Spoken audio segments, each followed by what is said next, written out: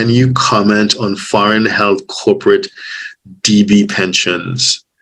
DB pensions, I'm not too sure what you mean. Oh, defined benefit pension plans. Okay. All right. So again, one of the benefits or one of the interesting parts of working outside of the US is that you get access to various financial products, right? And you'd be offered, especially there are lots of enthusiastic financial advisors that promote products that may not be compliant or compatible with the US tax system. What do I mean by that? They may appear on the surface to be a pension product or an insurance product, but when you investigate it and you look at it from a US tax perspective, the treatment is quite different from what you would have expected.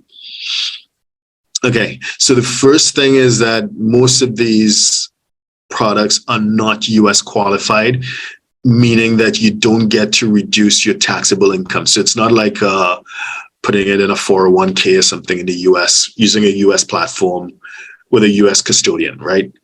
It's not going to reduce your taxable income. Ordinarily speaking, it's not going to reduce your taxable income. That's the first thing, which, is kind of neutral. Maybe you knew that, maybe you expected it. The other piece of news is that, remember earlier when we were speaking about PFICs or passive foreign investment companies, again, this is being recorded. So if you came in late, you can just play video over from the beginning, right?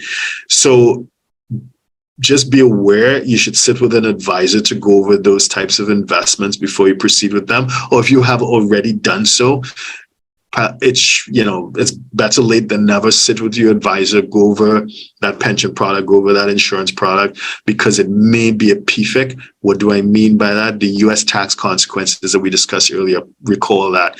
It means that you may be subject to what we call holding gains. So, you may, even though you haven't taken a distribution from it or whatever, you may still be subject to taxes on the returns that come, the dividends, the interest, whatever it is. It's an investment product, right? So you may not get to defer recognizing those gains until retirement in the first place.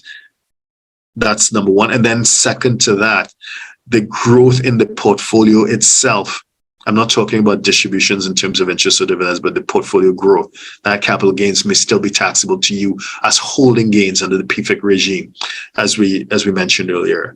So I know that's not really good news, but find your preferred US qualified advisor, sit with him or her, and go through the investments that you made or the investments that you intend to make, to understand what the tax consequences are and get set on trying to mitigate that as soon as possible.